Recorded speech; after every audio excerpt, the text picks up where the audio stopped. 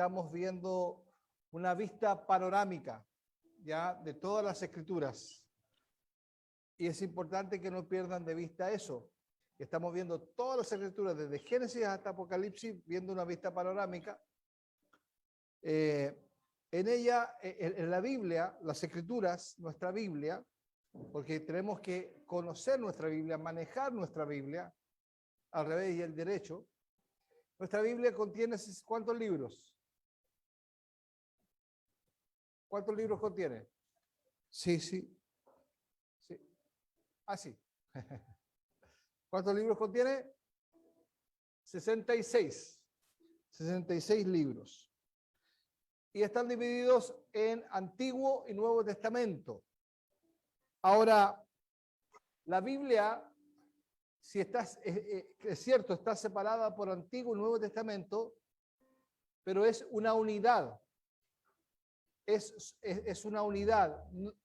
Se habla de Antiguo Pacto y Nuevo Pacto, pero es una unidad orgánica. Ahora, nosotros hemos visto dos temas cruciales aquí, que un tema es el pacto, ¿cierto? Y otro tema es el reino de Dios. El pacto de Dios, el pacto que es unilateral con el ser humano, y más vale decir con los escogidos, con su pueblo, es el medio por el cual Dios se relaciona con su pueblo, con los seres humanos y en especial con su pueblo. Amén.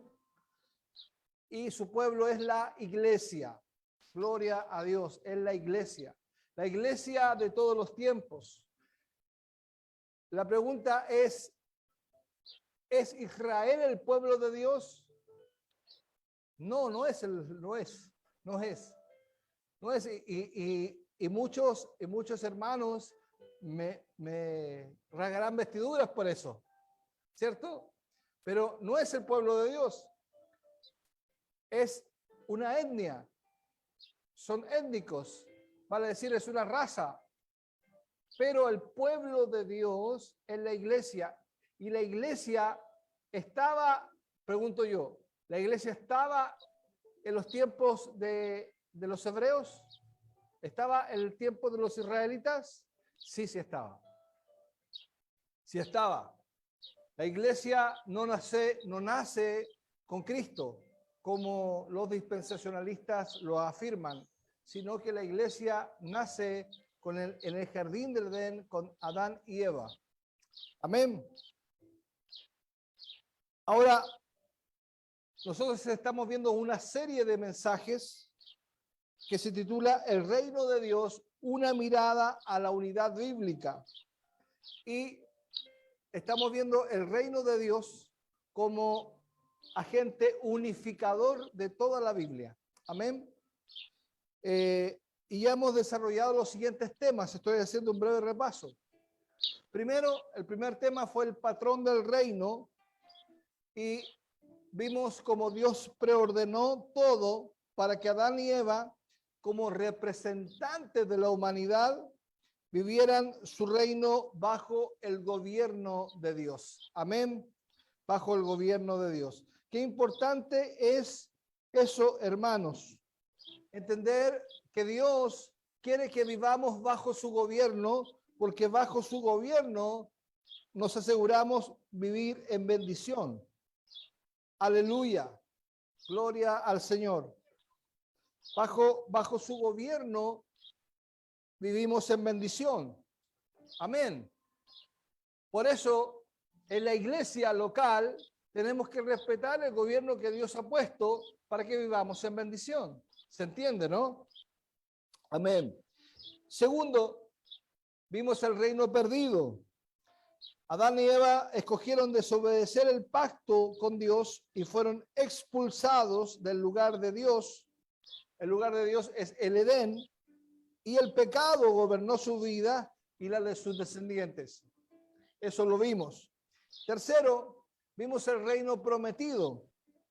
Aquí nos encontramos con un mundo caído donde reinan las tinieblas y la hostilidad con Dios, pero aún Dios tiene su plan del principio de reinar sobre el mundo a través de su pueblo, la iglesia.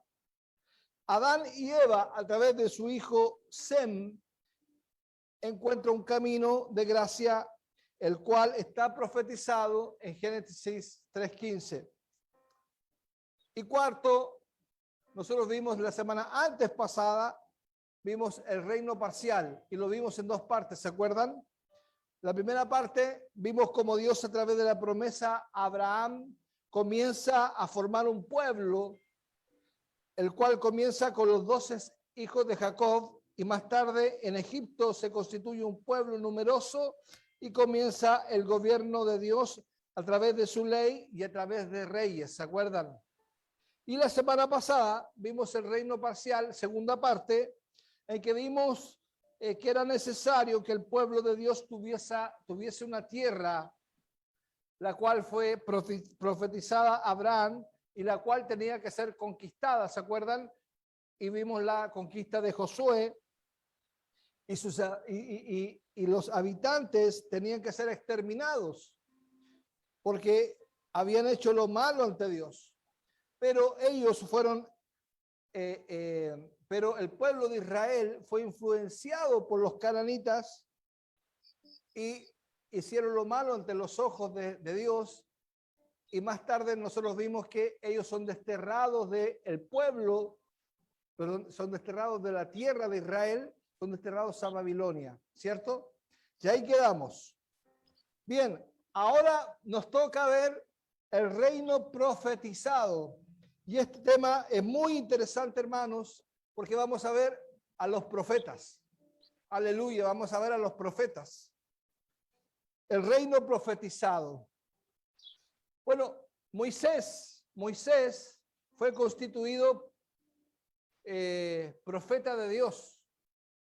Y su hermano Aarón fue el profeta de Moisés. Ahora, Moisés tuvo miedo cuando Dios le ordenó a hablarles a los israelitas en su nombre, y Dios le permitió tomar, ser su vocero. Mire, vamos a leer Éxodo capítulo 4, versos 14 y 16, por favor. Éxodo capítulo 4. Amén. Quedaron claritos con la introducción que hizo con el repaso, ¿cierto? Bien. Es bueno refrescar la memoria. Bien, leemos entonces la palabra de Dios puesto de pie. La leemos todos juntos. Dice el Señor.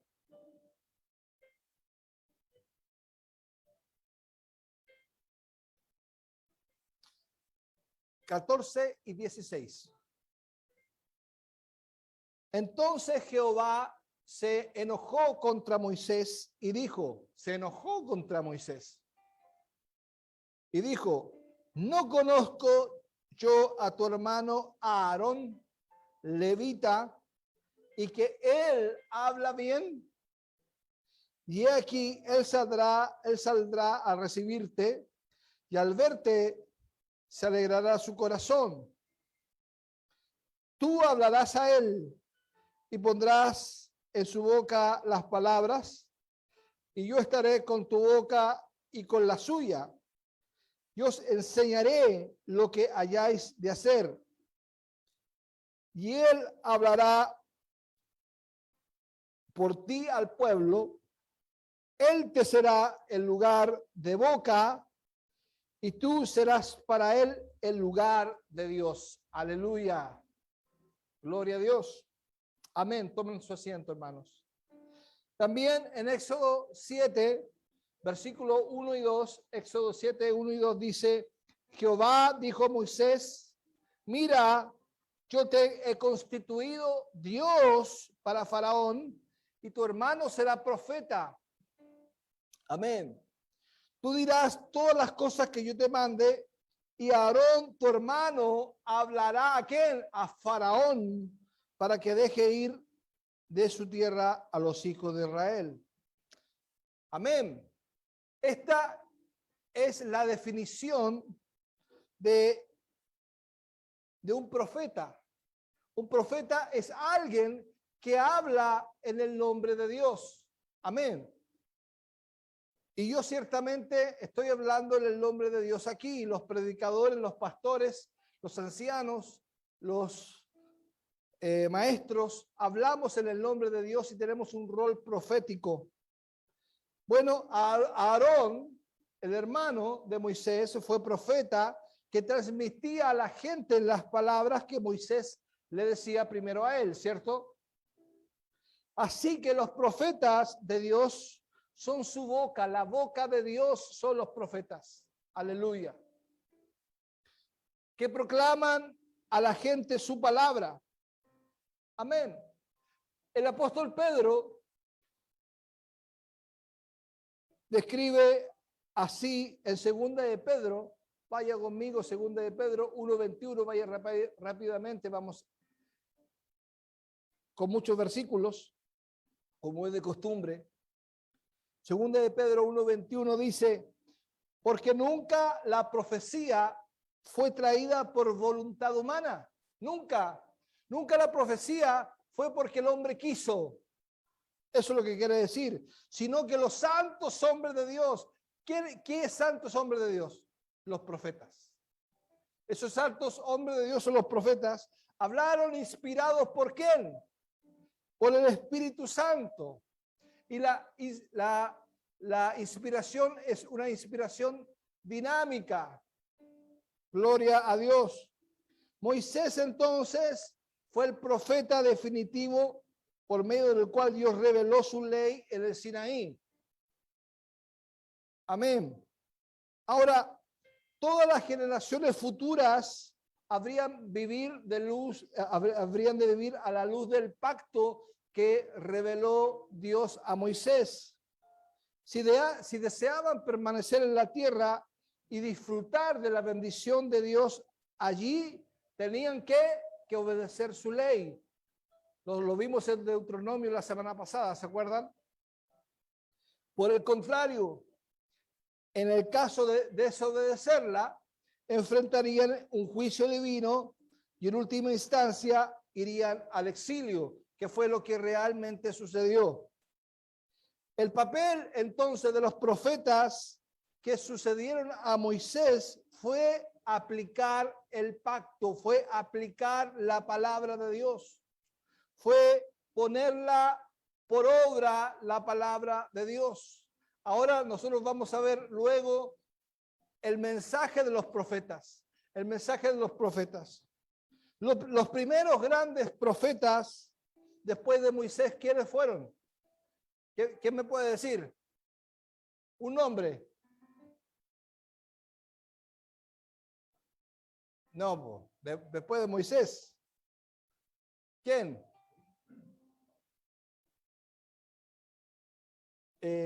Fue sacerdote él. Bueno, fue profeta, pero Elías y Eliseo. Amén. Ellos ministraron ambos en el reino del norte en el siglo 9 antes de Cristo. Gran parte de su ministerio incluye confrontaciones públicas con reyes de Israel, a quienes convocan a vivir de acuerdo a la ley de Dios y arrepentirse de su idolatría y falta de confianza en Dios. Aquí hay algo importante, hermanos. Elías y Eliseo tenían el ministerio profético, pero el ministerio profético no era un ministerio personal a la gente, sino que era un ministerio nacional, era un ministerio que le hablaba al rey y le decía, conviértete de tus malos caminos. Ese es un verdadero ministerio profético, no como los que existen hoy día, que no lo son. Bajo su ministerio, el estado espiritual de Israel estaba por los suelos, pues vivían en una amplia apostasía bajo el reinado de Acab. Ustedes se acuerdan de Acab, el rey, ese rey pendenciero, ese rey malévolo, Muchos de los profetas de Dios son asesinados, ¿cierto? Y Baal es adorado en todo el reino del norte. Elías, el profeta, en el capítulo 17, 18 de Primera de Reyes, reta a los profetas de Baal a una contienda pública en el Monte Carmelo, lo que resulta en una victoria contundente del único Dios verdadero. Amén. Pero sin embargo, ni aún así, la mayoría de la gente adora a Dios. No adora a Dios la gente. Nosotros podemos tener grandes victorias, pero el mundo no adora a Dios. No busca a Dios. Nosotros tampoco lo buscamos, sino que es el Espíritu Santo en nosotros el que nos pone el querer como el hacer por su buena voluntad. Aleluya. Si estamos aquí hoy día, no piense que es por su voluntad. Es porque el Espíritu Santo está operando en usted. Aleluya. Gloria a Dios. Mira, Primera de Reyes, capítulo 19, verso 10. Dice así. Él respondió, he sentido un vivo celo por Jehová, Dios de los ejércitos, porque los hijos de Israel han dejado su pacto, han derribado tus altares y han matado a espada a tus profetas, y yo solo he quedado y me buscan para quitarme la vida. El profeta Elías ahí había caído en depresión, como muchos de los ministros del Señor que caemos en depresión. ¿Por qué caemos en depresión? Porque sabemos que nosotros no tenemos poder, el poder es de Dios. Entonces, cuando nosotros vemos que no es nuestro poder y que nosotros somos oprimidos, nos deprimimos, nos bajoneamos, nos achacamos. Por eso constantemente tenemos que estar yendo al Señor. Amén. Y entonces él dijo, tengo un vivo celo, han dejado tu pacto, han derribado tus altares. Yo he quedado solo. Pero Dios le respondió en el 19:18 de Primera de Reyes, dice, yo haré que queden en Israel 7,000 varones, cuyas rodillas no se doblaron ante Baal y cuyas bocas no le besaron. Gloria a Dios. Siempre hay un remanente fiel que Dios deja.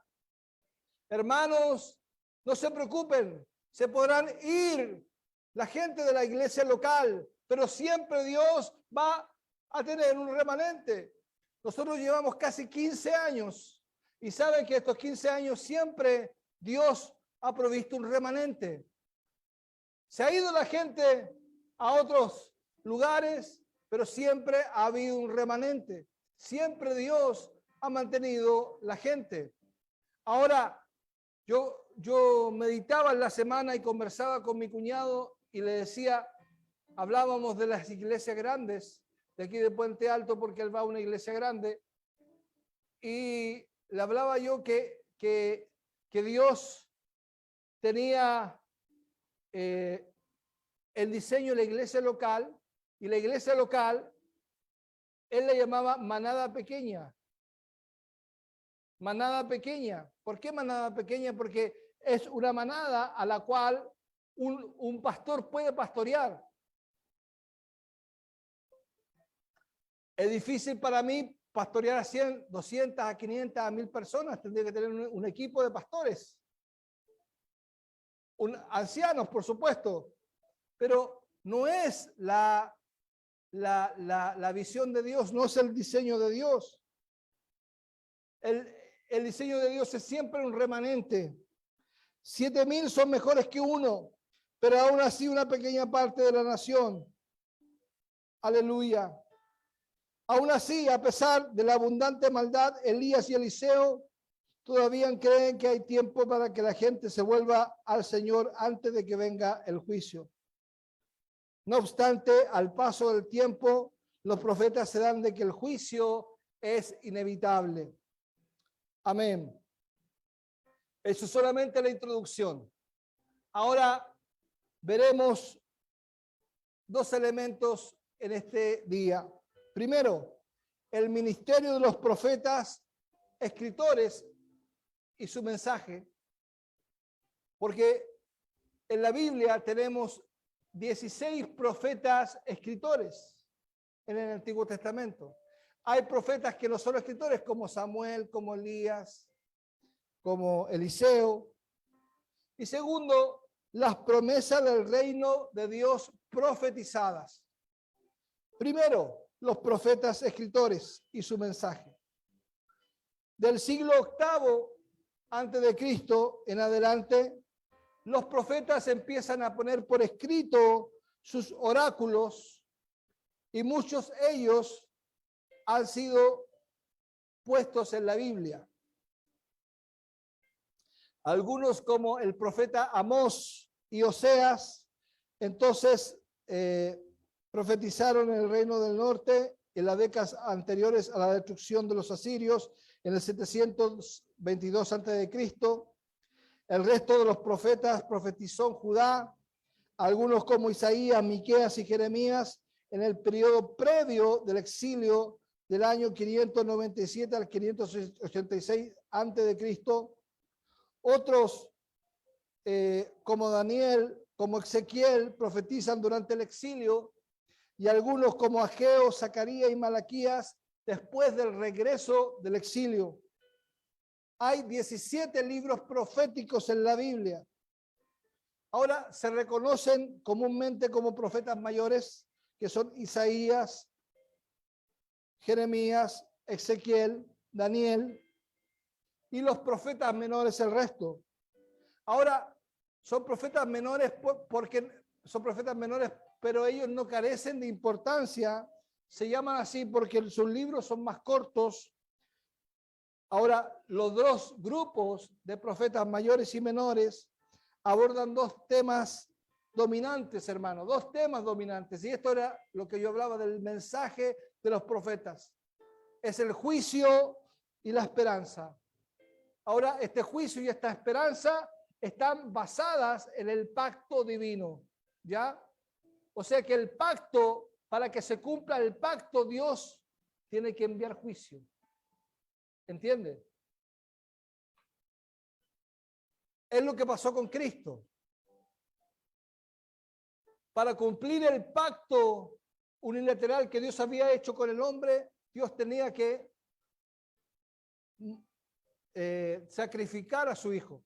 Dios tenía que matar a su hijo. Dios tenía que hacer juicio. ¿Me entiende, no? Gloria a Dios. Aleluya. Y además hay esperanza. Bien, veremos el juicio. Dos temas importantes del mensaje de los profetas. Uno, el juicio. El juicio de Dios rara vez se menciona en las iglesias. No sé si usted ha participado en otra iglesia y en otra iglesia se hablaba del juicio de Dios. Bíblico. El juicio de Dios bíblico. Ahora, es claro que sus ministros no predican muy a menudo de los profetas, porque si predicaran acerca de los profetas del Antiguo Testamento, tendrían que predicar el juicio de Dios. En contraste con tales ministros, extensas secciones de los libros proféticos se dedican a exponer el pecado del pueblo y el juicio de Dios en su contra. No debemos pensar que los profetas solo predicen lo que Dios hará por medio de Cristo en el futuro. Los profetas cuyo mensaje principal era juicio, primero hablaban a las personas de su tiempo, ya que ellos eran predicadores y no eran solo predictores del futuro. Los habitantes de Israel y Judá son complacientes en su pecado y no toman en serio las advertencias. Los profetas subrayan que estos sucesos no son accidentales, sino acciones del juicio de Dios en cumplimiento de las palabras que le dirigió cuando inauguró el pacto en los días de Moisés. Ahora, la paciencia de Dios duró muchos años, pero tuvo fin. Luego Dios habló de nuevo por medio de los profetas como Ezequiel en el exilio y les explica lo que está sucediendo. Les dice, Dios está castigándolos, tal como lo dijo que lo haría. Y cuando lo dijo con Moisés en el libro de Deuteronomio. Su juicio sobre la gente del Antiguo Testamento debería prevenirnos a nosotros. Debería prevenirnos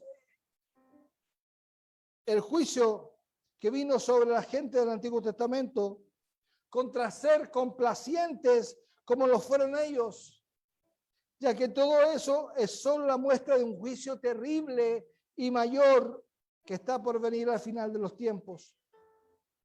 Aleluya. En este día nosotros estaremos de pie, en ese día nosotros estaremos de pie delante de Dios y Él nos pedirá cuentas con respecto a nuestra manera de vivir sobre la tierra.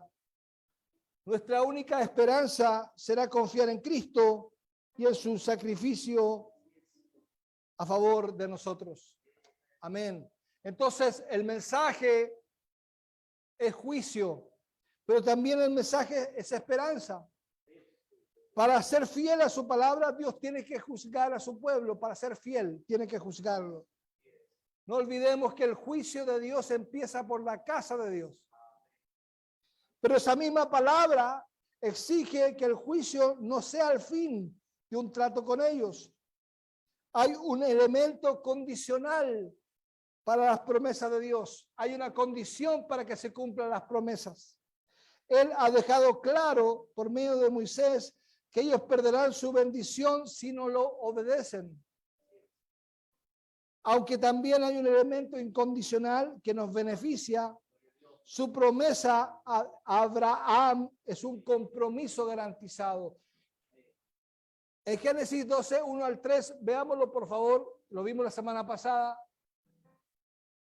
Es un punto neurálgico de la promesa del pacto de Dios, porque Él garantiza algo. Dice el versículo 1 al 3, pero Jehová había dicho a Abraham, vete de tu tierra y de tu parentela y de la casa de tu padre a la tierra que te mostraré, y haré de ti una nación grande y te bendeciré, que dice, y te bendeciré, y engrandeceré tu nombre y será bendición. Bendeciré a los que te bendijeren y a los que te maldijeren maldeciré, y serán benditas en ti todas las familias de la tierra. Aleluya. Dios está garantizando allí que a pesar de que el pueblo desobedecía, igual serían de bendición en la tierra. Pero no serían de bendición por causa de sí mismos, sino serían bendición por causa de Cristo. Aleluya. Nosotros somos causa de bendición al mundo por Cristo. Por Cristo somos la luz del mundo. Gloria a Dios. Así que el pacto de Dios, hermanos, es la base del mensaje de juicio de los profetas. Aleluya. Mientras su historia proclamó el fracaso de Israel, los profetas proclamaron el futuro de Israel. Y el futuro de Israel, hermanos, es un futuro lleno de esperanza. El futuro del pueblo de Dios es lleno de esperanza. Gloria a Dios. Profetizaron los profetas un nuevo éxodo. Profetizaron un nuevo pacto. Profetizaron una nueva nación, una nueva Jerusalén, un nuevo templo, un nuevo rey, inclusive una nueva creación. Eso es hablar de esperanza. Gloria a Dios. Amén. Dios no reconstruirá el modelo, el reino parcial, sino que establecerá el reino perfecto, el cual apuntaba al pueblo de Dios en el lugar de Dios, bajo el gobierno de Dios, disfrutando de su bendición. Aleluya. Los profetas hablaron de un cumplimiento que abarca las promesas del reino. Y así llegamos a nuestro segundo punto, las promesas del reino. ¿Cuáles son las promesas del reino? Las hemos visto, las promesas del reino desde el patrón del reino, desde el principio que comencé esta serie, ¿se acuerdan? Cuando vimos el pueblo de Dios, el lugar de Dios y el gobierno y la bendición de Dios. Primero, el pueblo de Dios. ¿Cuáles son las promesas profetizadas para el pueblo de Dios? Aunque Dios traerá un terrible juicio sobre su pueblo, no lo destruirá por completo. Gloria a Dios. Mire, siempre Dios ha permitido el juicio, pero nunca, siempre Él ha dejado un remanente. Un remanente será preservado de quien Dios creará una nueva nación. Isaías, vaya conmigo, por favor. Isaías 10, versículo 20-21.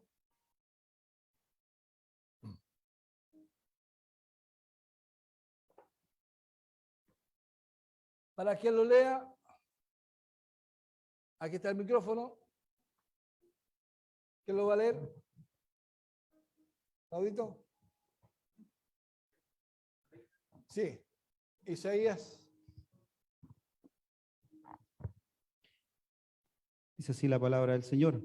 Acontecerá en aquel tiempo que los que hayan quedado de Israel y los que hayan quedado de la casa de Jacob nunca más se apoyarán en el que los hirió, sino que se apoyarán con verdad en Jehová, el Santo de Israel.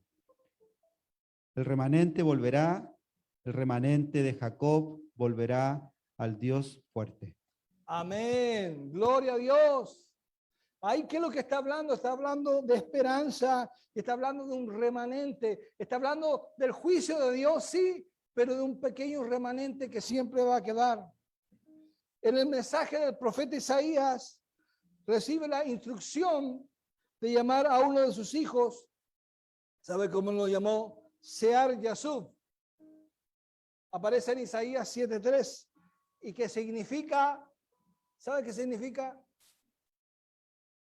Sear Yasub. Un remanente volverá.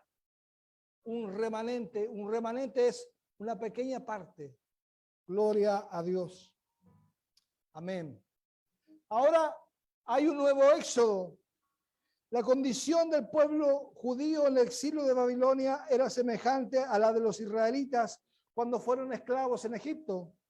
Y tal como Dios los rescató entonces, los volverá a rescatar. Gloria a Dios. Eso es importante, hermanos. Dios cumple su palabra, así como los rescató del pueblo de Egipto, los rescató de Babilonia. Gloria al Señor.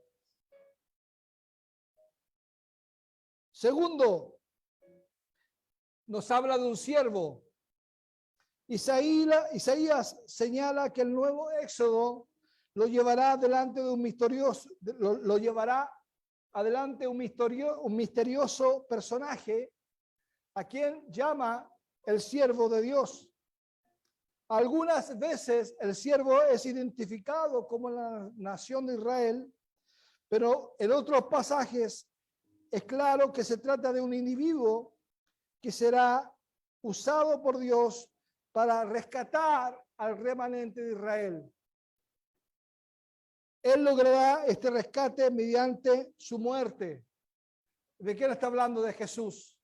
Y el profeta Isaías profetizó en el famoso pasaje de Isaías 53, versículos 5 y 6, que dice: mas él herido fue por nuestras rebeliones, molido por nuestros pecados. El castigo de nuestra paz fue sobre él, y por su llaga fuimos nosotros curados. Todos nosotros nos descargamos como ovejas, cada cual se apartó por su camino, mas Jehová cargó en él el pecado de todos nosotros. Aleluya. Esta persona es tanto el verdadero Israel como el que muere por el remanente israelita, para que el pueblo pueda ser rescatado de su pecado. Él enfrentará el castigo de su pueblo en su lugar. para que ellos sean perdonados y se constituyan un nuevo Israel. Esta profecía se cumplirá en la cruz. Se cumplió en la cruz, en la muerte de Jesús, quien dijo de sí mismo, en Marcos 10:45, Jesús dijo, porque el Hijo del Hombre no vino para ser servido, sino para servir y para dar su vida el rescate por muchos. Aleluya. Amén. Segundo, el lugar de Dios. La segunda promesa es el lugar de Dios. El lugar de Dios. Primero Dios, recuerden que puso el Edén. Después, el Edén es el diseño de Dios, que vivamos en el Edén. Pero el Edén fue perdido. A causa de la desobediencia del hombre fue cerrado el Edén y el hombre fue destinado a caminar desterrado por la tierra, pero Dios le dio una promesa, ¿cierto?, a Abraham, y le dijo que le iba a dar la tierra de Canaán. Entonces primero le dio Dios el Edén y después le dio Canaán. Y a Moisés le dio un tabernáculo. Y después a Salomón le dio un templo. Pero ese templo fue destruido, ¿cierto? Y entonces ahora empieza a profetizar Ezequiel un nuevo templo. El libro de Ezequiel empieza con una visión de la gloria de Dios abandonando el templo en Jerusalén. Él juzga a su pueblo y se aleja de él. El edificio del templo no es nada, sino un caparazón vacío y solo es cuestión de tiempo para que los babilonios lo destruyan. Sin embargo, el libro termina con una gran esperanza, el libro de Ezequiel. Ezequiel tiene una nueva visión de un templo nuevo, más magnífico que el primero. Esto aparece en Ezequiel, capítulo 40 al 48, y se ve a Dios entrando en él. Hay un río que fluye del interior de ese nuevo templo y da vida a las naciones. Leamos, hermanos, Ezequiel 47:1 para que veamos un poquito de lo que está hablando. Ezequiel 47:1 dice, me hizo volver luego a la entrada de la casa. ¿De qué casa está hablando? Del nuevo templo. Y aquí aguas que salían debajo del umbral de la casa hacia el oriente, porque la fachada de la casa estaba al oriente y las aguas descendían de debajo hacia el lado derecho de la casa al sur del altar. Gloria a Dios. Ahí está hablando de las aguas salutíferas, las aguas que sanan y que son sanidad para las naciones. Ahora, pregunto, ¿ese templo quién es? Es Cristo.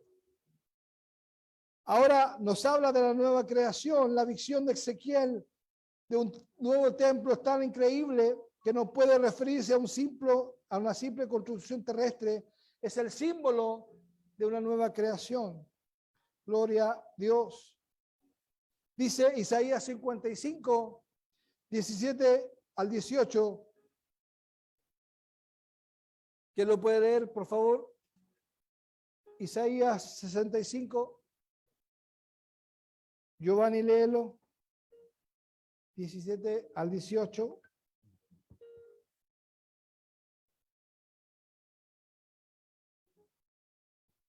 Ahí, léelo. Ya está abierto.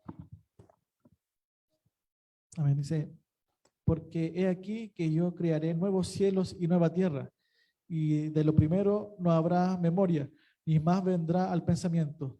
Mas os gozaréis y os alegraréis para siempre en las cosas que yo he creado, porque he aquí que yo traigo a Jerusalén alegría y a su pueblo gozo. Aleluya. Gracias, hermano. El plan de Dios no se limita a los israelitas o incluso a los seres humanos de las naciones del mundo. el creador de todas las cosas, ha decidido deshacer completamente los efectos de la caída y renovar el mundo entero. La nueva Jerusalén en la que su pueblo vivirá no es una ciudad ubicada en un lugar de la tierra, sino una nueva creación. Gloria a Dios. Amén. Y llegamos al tercer punto, la tercera promesa, que es la promesa del gobierno y la bendición de Dios que ha sido profetizada. Y esta ha sido profetizado en el nuevo pacto. Jeremías 31:31. Jeremías 31:31 dice: he aquí vienen días, dice Jehová, en los cuales haré nuevo pacto con la casa de Israel y con la casa de Judá. Aleluya. Ahora este nuevo pacto no es nuevo, sino que es el mismo que se ha desarrollado desde Noé. Este pacto no será totalmente un nuevo comienzo. Este pacto de gracia se ha ido desarrollando en la historia de la redención. Primero apareció como el pacto noético, a Noé, abrahámico, Abraham, mosaico, a Moisés, y davídico, a David. Ahora, Dios, hermano, no ha desechado las promesas que hizo en el pasado. Estas promesas son las mismas promesas que Dios había dicho, pero Dios las ha renovado en Cristo. Aleluya. Su fidelidad debe hacerlo a fin de cumplir su palabra, pero asimismo está obligado a castigar a los israelitas si lo desobedecen. Por lo tanto, ¿cómo pueden bendecir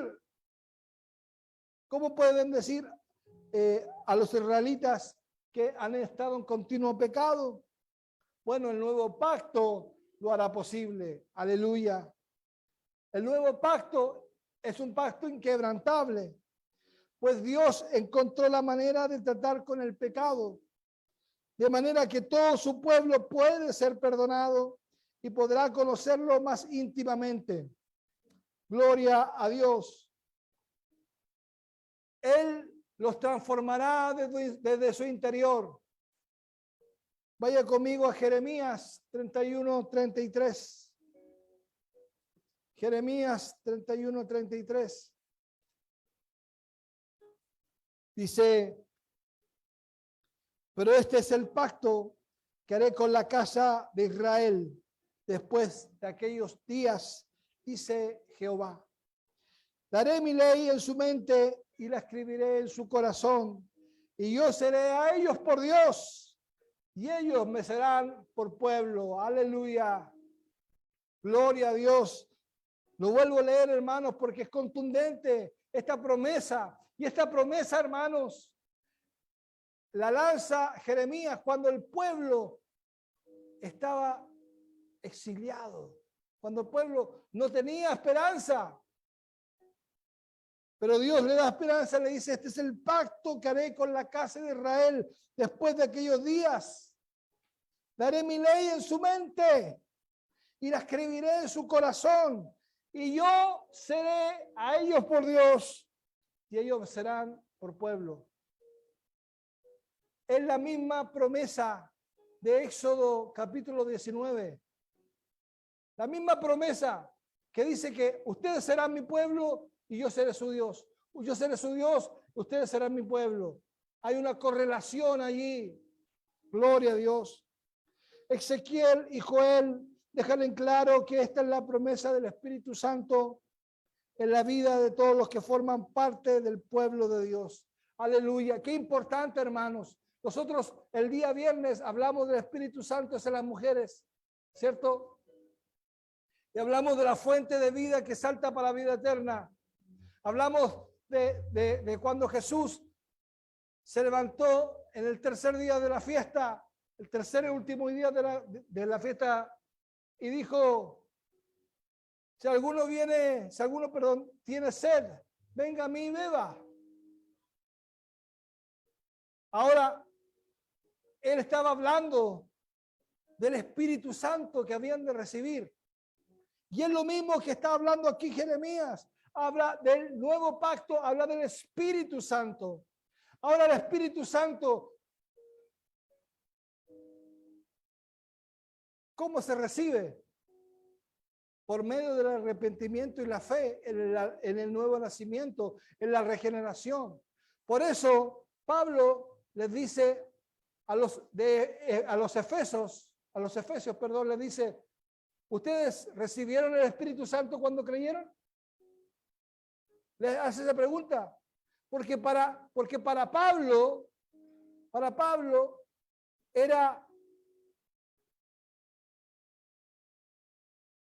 era claro que recibirían el Espíritu Santo cuando habían creído. Entonces, por eso les hace esa pregunta, les dice, ¿ustedes recibieron el Espíritu Santo cuando creyeron? Porque cuando yo creo en el Señor, recibo el Espíritu Santo. Ahora, este creer en el Señor no es mío, es un creer, es un don de Dios. El Señor llama a los incrédulos, le da la fe a los incrédulos, le da el arrepentimiento a los incrédulos, le da la fe a los incrédulos y además le da el Espíritu Santo para que perseveren. Le da todo. ¡Aleluya! Nos da todo el Señor. Nosotros no colocamos absolutamente nada. Ni siquiera la perseverancia, ni siquiera la santificación. Gloria a Dios. Aleluya. Segundo, habla del nuevo rey. Tal y como Dios había reinado por medio de un rey en los días del antiguo pacto, así haría en la era del nuevo pacto. Hay un rey que está reinando sobre nosotros. ¿Quién es? ¿Quién es ese rey? Cristo. Los profetas hablaron a partir de esto, de la promesa hecha a David en 2 de Samuel 7:12 al 16, de que un rey eterno, universal, saldría de su linaje. La salvación del pueblo de Dios y el cumplimiento de todas sus promesas dependen de la venida de tu ungido, el hijo de David. Ahora, el hijo de David. Mira, Isaías 9:6-7 dice, porque un niño nos es nacido, hijo nos es dado, y el principado sobre su hombro, y se llamará su nombre admirable, consejero, Dios fuerte, Padre eterno, príncipe de paz. Ahora nosotros sabemos que es Cristo, que nació como un niño, pero esa fue la encarnación de Cristo, del Mesías. Pero nosotros estamos esperando la venida del Señor. Ahora, Cristo es necesario que viniese para predicar el Evangelio y para que sus escogidos creyesen en él. Gloria a Dios. Pero ahora estamos esperando la venida del Señor para que el Señor reine sobre nosotros y juzgue a los impíos. Aleluya. Gloria al Señor. Por último, hay una gran bendición. El tiempo del cumplimiento se destacará por una gran bendición para el mundo entero. Con el gobierno de Dios establecido, todas las cosas volverán a su lugar. Este será un trono a las bendiciones del Edén, donde la paz y la prosperidad abundarán. Aleluya. Por favor, leamos, Jorgito, Amós 9:13 y Rodrigo, Isaías 11:6. Por favor, el micrófono, mi hermano. Amós 9:13 e Isaías 11:6.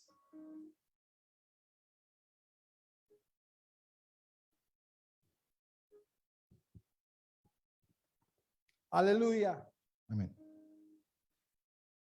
Dice, he aquí vienen días, dice Jehová, en que el que hará, Ara.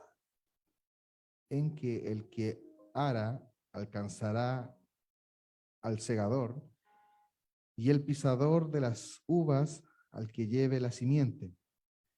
Y los montes destilarán mosto, y todos los collados se derretirán. Aleluya.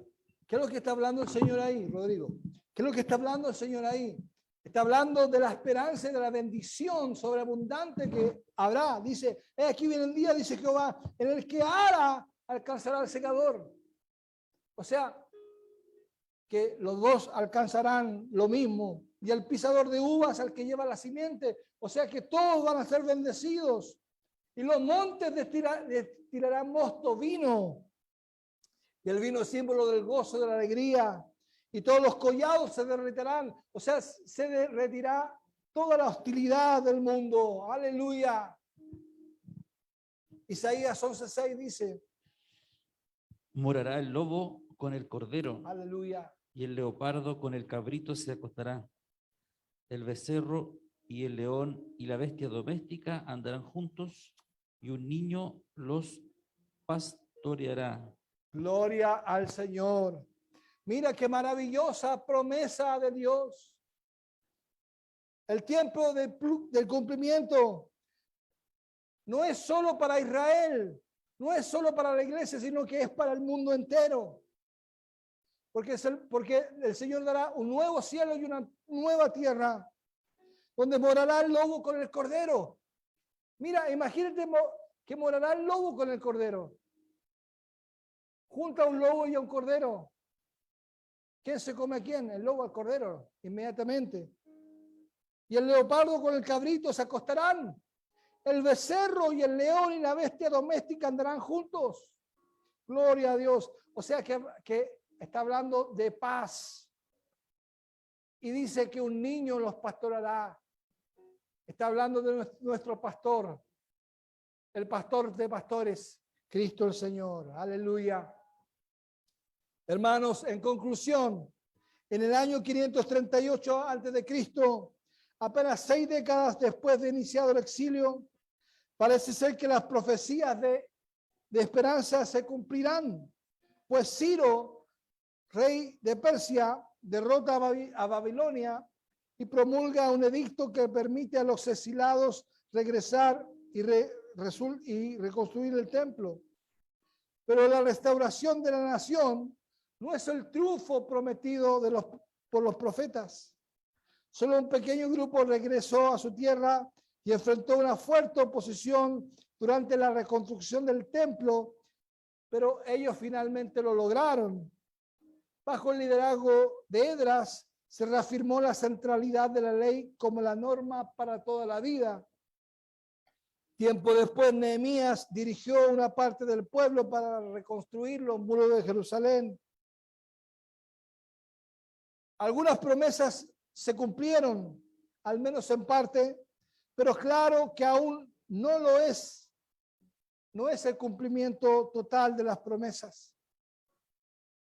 En el Antiguo Testamento, 3 profetas, Ageo, Zacarías y Malaquías, profetizaron en la era después del cautiverio de Babilonia. El mensaje de estos profetas es el mismo que quiere que sus predecesores antes del exilio. Ellos también condenan a su auditorio por romper el pacto y advierte el juicio venidero. Sin embargo, ellos señalan un tiempo futuro cuando Dios actuará para cumplir sus promesas y su pueblo para disfrutar de todas las bendiciones del pacto. Ahora, la Biblia hebrea, el Antiguo Testamento, termina con Segunda de Crónicas. Las Escrituras terminan con Segunda de Crónicas, que concluye con la promesa que el exilio al pueblo de Dios termina pronto. Los profetas profetizaron. Ahora nosotros tenemos el Antiguo Testamento todo junto, ¿cierto? Tenemos los profetas junto con Crónicas, pero la Biblia hebrea termina en Crónicas. Y de ahí empieza los profetas y los escritos, que son Nehemías, Esdras. Entonces, eso es importante. Ahora, espiritualmente, hermanos, el pueblo de Dios todavía está en el exilio, esperando que el Señor venga. Amén. Y cumpla su promesa de salvación. El reino de Dios aún no ha llegado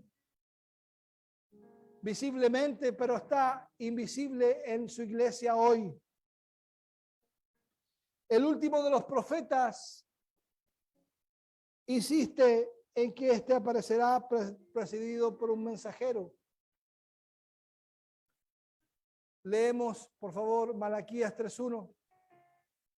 Y Giovanni, venga a leer para que se quede con la última lectura. Puesto de pie, por favor, hermanos, leemos Malaquías 3:1. Y esta es la promesa que se cumplió. Dice, Amén. He aquí, yo envío mi mensajero, el cual preparará el camino delante de mí, y vendrá súbitamente a su templo el Señor, a quien vosotros buscáis, y el ángel del pacto, a quien deseáis vosotros.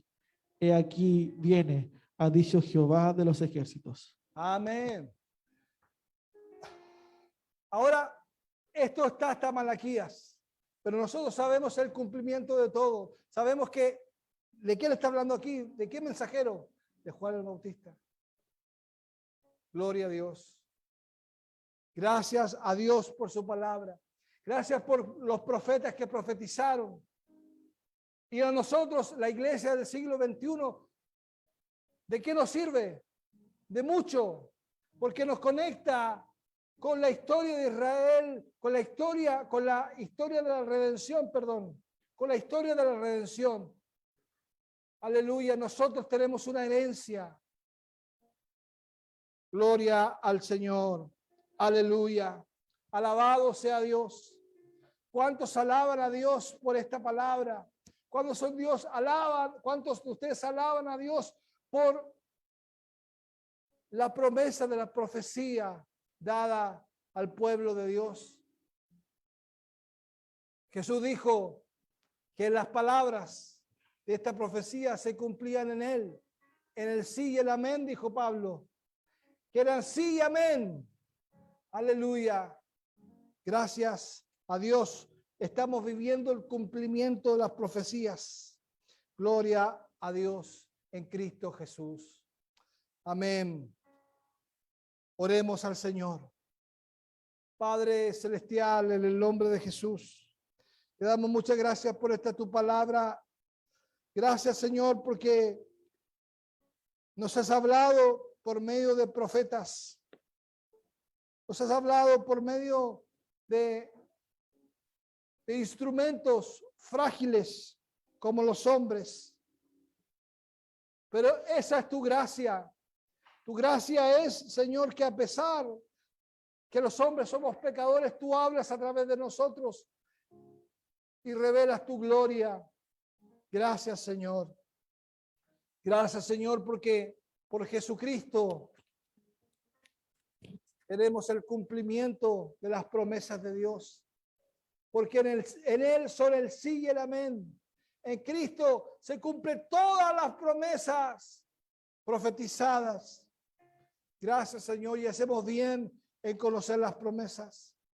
La próxima semana, Señor, veremos el cumplimiento del reino. El reino presente. Oh, gloria a Dios. Gracias, Señor, por este reino presente. Gracias, Señor, porque nosotros somos súbditos de un rey que reina.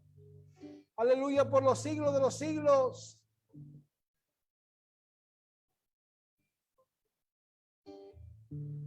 Baje la música.